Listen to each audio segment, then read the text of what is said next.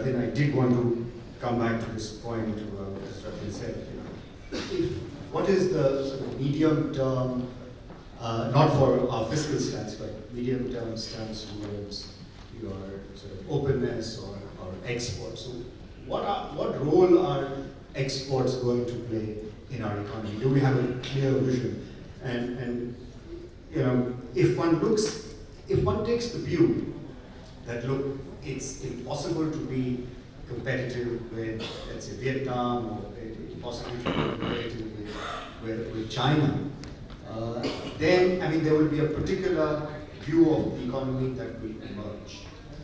We recognize that our sort of land labor, etc., costs of doing business are so high.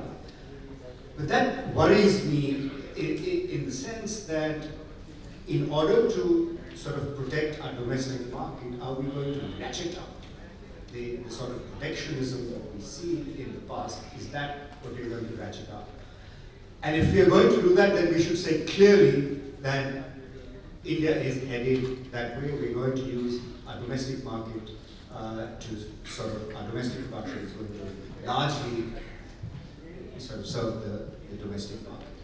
If not, then we have to seriously look at how we're going to address the challenge of exports and globalization.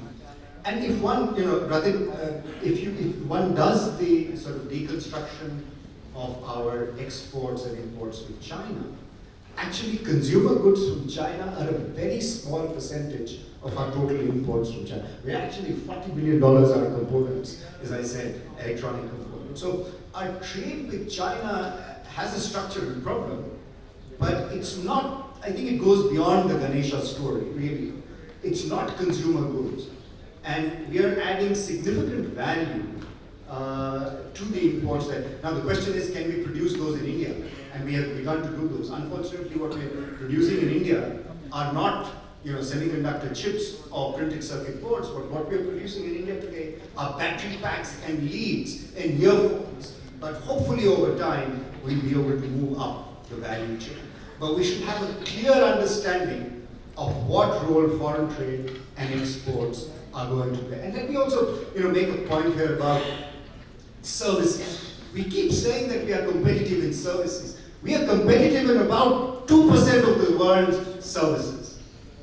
We are not competitive in services. We are, if you take a very narrow view of the world, we become competitive in services. We're actually not more for, computer professionals. That's what we are competitive. But business services, insurance services, banking services, a whole host of other services, we are not competitive. So we have to really recognize what role exports are going to play, or foreign trade is going to play in our economy. And I think the economic survey of 2017-18 had begun to do that. This survey also attempts to do that. And I think we should have a clear view and then stick to that. Just like, as Rathi said, you have a medium-term fiscal policy stance and you stick to that. Unfortunately, it binds you. And therefore, in exports, if you also have, or for trade, if you have a view and it binds you, then the discretionary changes in your foreign trade policy cannot happen. So we should, I think, go towards a role for foreign trade. The second point that I want to make, Nishan brought up, Santosh is here, I had seen him here, but I think, there he is, Santosh is here. I mean, I think the jobs crisis is here and now, and we haven't spent as much time in this room today talking about the jobs crisis, but I think it's staring at us in the face, and I would also make sort of a plea not only for the fiscal numbers to be published and available real time, but for the jobs numbers to be published, accurate, and real time. Our unemployment rate of 6.5% actually underestimates what Nishant was saying, the productive employment. It's actually, 6.5% unemployment. A lot of people in India cannot afford to be unemployed because of the poverty. So they're doing all things that they wouldn't otherwise be doing. So the jobs crisis, the future of work, the technology, productive employment, the obsession for government jobs, the skill matching or mismatch problem, I think all this needs to be brought together in a coherent framework. And I think the government needs to recognize that. They have, but I think it needs to sort of work on the jobs crisis much more than it has. And the first step would be sort of acknowledging that there is, okay, if you're in denial, then I don't think there's a wherewithal to address it. As if you recognize that there is a crisis, then I think you will be doing a lot of service to the people and for also addressing the inequality issues that were raised. Thank you, Dr. Mathura. Dr. Chatta. I'm just going to add a little bit to whatever the other three have said. I think that we are definitely at a time where I read something in the newspaper that said that we have entered the demographic dividend. I don't know what that means because data comes every 10 years, but something has happened anyway. So, but we have, our problem lies in the fact that we, when we discuss, even with respect to policy, I think that we focus a little bit too much on outliers. I think it's great to have examples to show, but that's not how, beyond a point, that's not how one can grow, and that's definitely not the way to grow equitably. And so one, I think we need to start focusing on the average productivity of India. Like we need to start focusing on what people are studying, what they are doing. We need to start focusing, as far as higher education is concerned, we need to start focusing on the states, the abysmal states of universities, the moment one steps out of these top tier institutions. The second point is that Yamini mentioned learning outcomes, and that is one part of the problem. A lot of our problems related to the social sector are not just money. It's a lack of planning. It's a lack of planning, it's a lack of understanding that, and maybe we should stop presenting the budget as social services and economic services, because there is a huge role that education and health play in promoting basic good economics. Having education makes it easy to develop technology, it makes it easy to change, it makes it easy to move across sectors, across jobs. These are all well-established causal relationships, as has been said. These are well-established relationships across the world, including in India. If we miss the boat now, we have missed the boat for another generation. The problem with education is that it only happens every generation. If you miss it once, you have to wait for another 25 years before the next one comes in. So we need to start now, otherwise we'll miss it. That's... Thank you. Yami, your concluding remarks, please. Thank you. I'm aware that I stand between you and freedom, so I won't take too long. I think I would like to close with adding to the plea for transparency of government data. We've talked about the need for transparency in fiscal data. We've talked about the need for transparency in jobs data. I'll also add that we need to really do much more about the transparency of administrative data across the entire range of things that governments do. We have lots of fancy management information systems, about 400 in the last count by some colleagues from the World Bank. But the quality of data has in fact been becoming more and more complex for the average person or not so average person to access. My colleagues at the Accountability Initiative of Center for Policy Research have been pulling out using government databases for social policy programs for the last 10 years, and over the last few years have increasingly found it difficult to access data. Backdated data is no longer available as new websites are being put in place. Old data seems to have disappeared from websites. The databases don't match. So I think there's a lot that needs to be done to clean up the databases. And this will help, I think, in going forward, addressing many of the challenges that we've talked about. The minute you're open to acknowledging the problems, solutions emerge, even in the political context of what you want to do.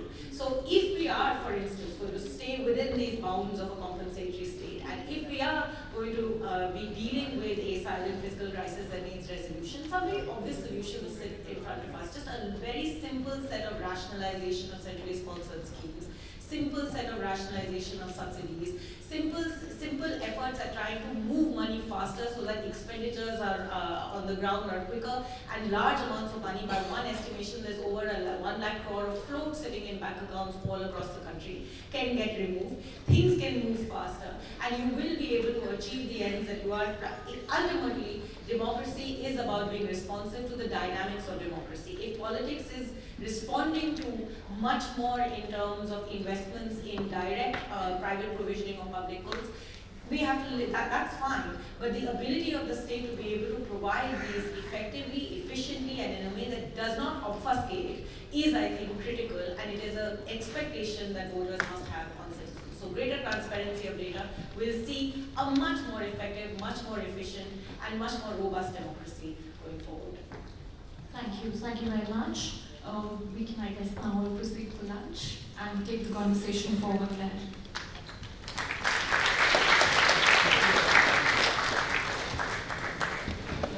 Of the young population, 15 to 29, this is 2011-12, had either worked or applied for work under Manrega.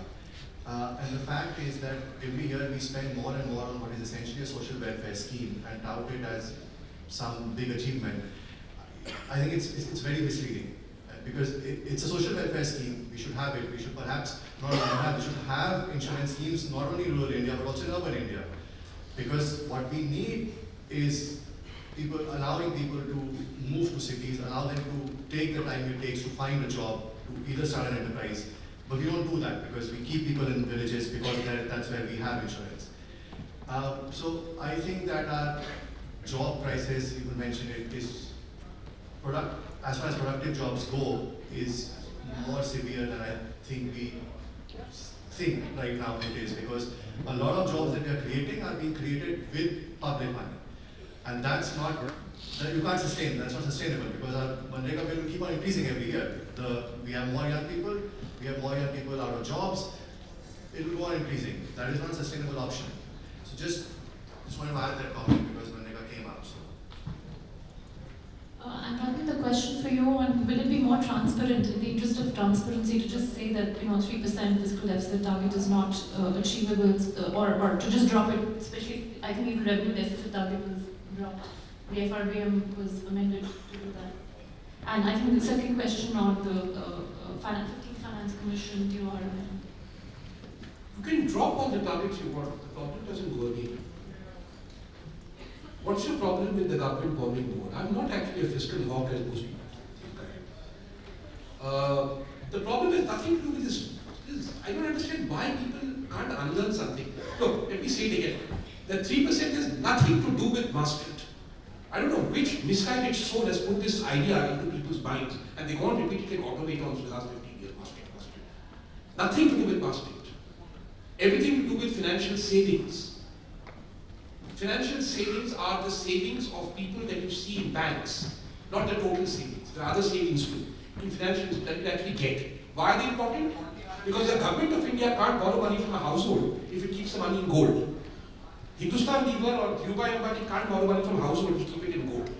So our savings rate may be 20+%, our financial savings is less than 10% on a good day.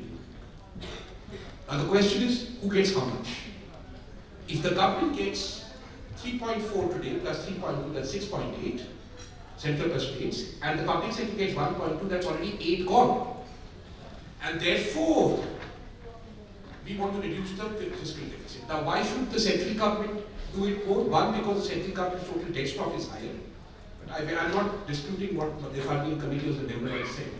I'll go along with anyone's econometrics as long as you accept my point that the savings is what matters. Okay, then you play on econometrics at school.